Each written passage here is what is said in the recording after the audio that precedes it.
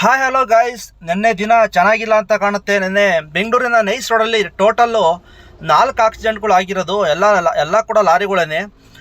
ಬೆಳಗ್ಗೆ ನಾನು ಹೋಗುವಾಗ 3 ಲಾರಿಗಳು ಆ ಕಡೆ ಈ ಕಡೆ ಚರಂಡಿಗೆ ಈ ಥರ ಪಲ್ಟಿ ಆಗಿತ್ತು. ಬಟ್ ದೇವ್ರ ದಯೆಯಿಂದ ಯಾರಿಗೂ ಕೂಡ ಡ್ರೈವರ್ಗಳಿಗೆ ಪ್ರಾಣ ಅಪಾಯ ಆಗಿರಲಿಲ್ಲ. ಬಟ್ ಲಾರಿಗಳೆಲ್ಲ ಪಲ್ಟಿ ಆಗಿತ್ತು. ಮತ್ತು ಈಗ ನಾನು ಸಂಜೆ ಮುಂದೆ ಹೋಗುವಾಗ 2 ಲಾರಿಗಳು ಈ ಥರ ಆಕ್ಸಿಡೆಂಟ್ ಆಗಿದ್ದು ಮುಂದೆ ನೀವು ಕಾಣ್ಬೋದು. ಮುನ್ಗಡೆ ಹೋಗ್ತಿದ್ದ ಲಾರಿಗೆ ಹಿಂದ್ಗಡೆಯಿಂದ ಲಾರಿ ಬಂದು ಜೋರಾಗಿ ಗುದ್ದಿದೆ. ಅದರಿಂದ ಫುಲ್ ರೋಡ್ ಬ್ಲಾಕ್ ಆಗಿದೆ. ಬಟ್ ಇಲ್ಲೂ ಕೂಡ ದೇವ್ರ ದಯೆಯಿಂದ ಡ್ರೈವರ್ಗೆ ಏನು ಪ್ರಾಣ ಅಪಾಯ ಆಗಿಲ್ಲ. ಬಟ್ ಗಾಡಿ ಮಾತ್ರ ಫುಲ್ ಊಸ್ಟ್ ಆಗಿದೆ.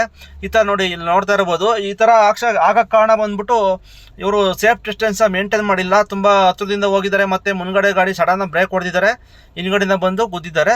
ಆದ್ದರಿಂದ ದಯವಿಟ್ಟು ಸೇಫ್ ಡಿಸ್ಟೆನ್ಸ್ನ ಮೇಂಟೈನ್ ಮಾಡಿ. ಯಾರು ಕೂಡ ತುಂಬ ಒಂದರಿಂದ ಒಂದು ಕಚ್ಕೊಂಡು ಹೋಗ್ಬೇಡಿ. ಎಲ್ಲ ಸ್ಪೀಡಲ್ಲಿ ಇರ್ತಾರೆ. ಒಬ್ಬರು ಸ್ಲೋ ಮಾಡಿದ ತಕ್ಷಣ ಎಲ್ಲ ಸಡನ್ನ ಬ್ರೇಕ್ ಆಗಿರ್ತಾರೆ. ಆಕ್ಸಿಡೆಂಟ್ಗಳೆಲ್ಲ ಆಗುತ್ತೆ.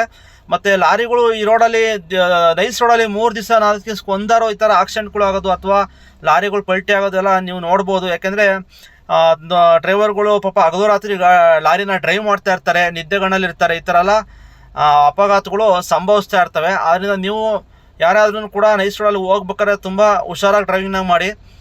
ಆದಷ್ಟು ತುಂಬ ಲೆಫ್ಟಲ್ಲಿ ಹೋಗ್ಬೇಡಿ.